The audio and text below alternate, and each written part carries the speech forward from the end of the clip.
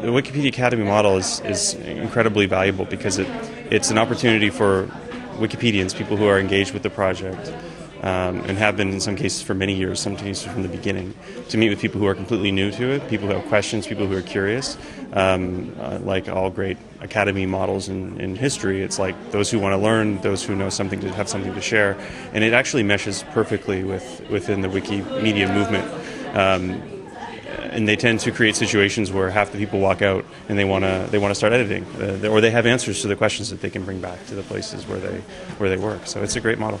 So what has happened in terms of how Wikipedia changed throughout the years? I mean, some people in the beginning thought, okay, there's a few people saying what they think about different terms. What has it become today? In terms of the people who edit Wikipedia, I'd say there's been an extraordinary evolution of just the growth of the project, just the obvious sort of questions that have been, the important questions that have been asked, the policies that have been developed, the efforts to make Wikipedia a higher quality project in general.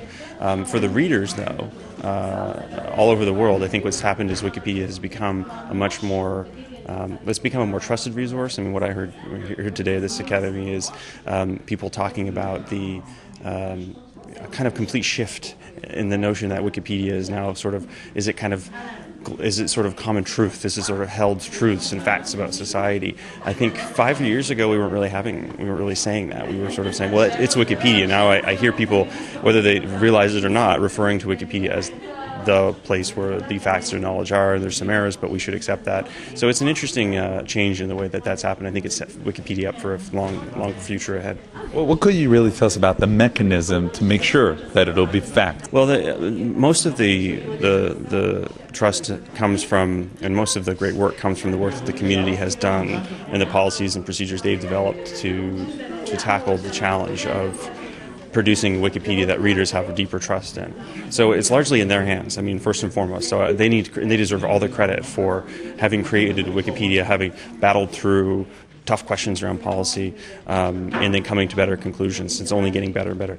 In terms of where I'm working at the foundation, we're looking at specific tools and software that we can work with the community to introduce. So making Wikipedia simpler and easier to use is both somewhat controversial but also necessary so that we can bring in more editors. More editors can bring more information, can bring more quality control, can bring better new perspectives. So the simplest way for us to help, we hope, is to make it easier to edit Wikipedia. And then to also look at bringing in new tools for readers so that they can rate articles, so that they can provide input and feedback to the community who's editing articles so that we can help make articles better. So it's a complex environment, but we want to both help the reader and the editor at the same time. Now you're here in Israel. How do you look at the Wikipedia Hebrew? This is a fascinating community because it's a very active project. There's lots of editors compared to the overall population of people, which is sort of the way we look at a lot of Wikipedia projects. So it's thriving in that sense from what I see.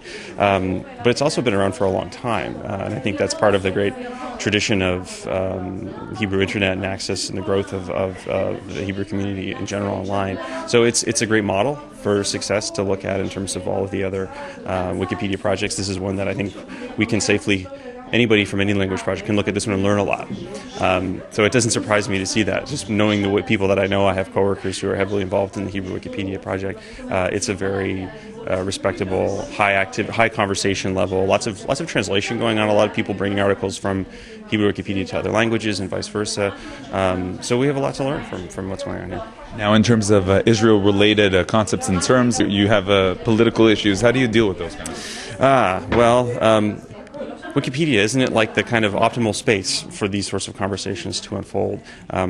We might look at media outlets, or we might look at other projects which aren't necessarily in their design fundamentally about finding common viewpoints.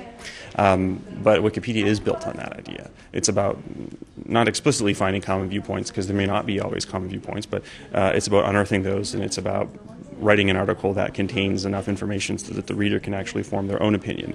So when it's controversial, you try to have both sides? Absolutely.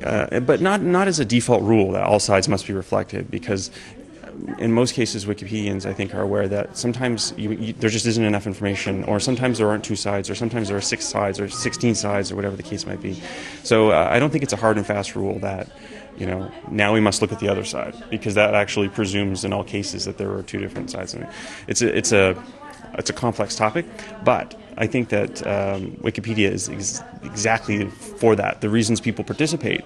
If they participated and found it frustrating to have to defend their ideas, they wouldn't be there, right? If they found it uncomfortable to have tough conversations, we wouldn't have Wikipedia. So in fact, the people who make Wikipedia possible thrive in that environment and actually want to be engaged in those environments. So I think we owe it a lot of Wikipedians, especially, a lot of credit for taking the time to go through these discussions. And readers may disagree with the presentation of information, and I think that's going to be true no matter whether they read something in the newspaper or whether they pick it up in a book or whether they read it on Wikipedia. However, Wikipedia can change, right? It can change from one minute to the next. New information becomes available, articles can change, and I think that's actually its greatest strength, of course, is its ability to change and evolve.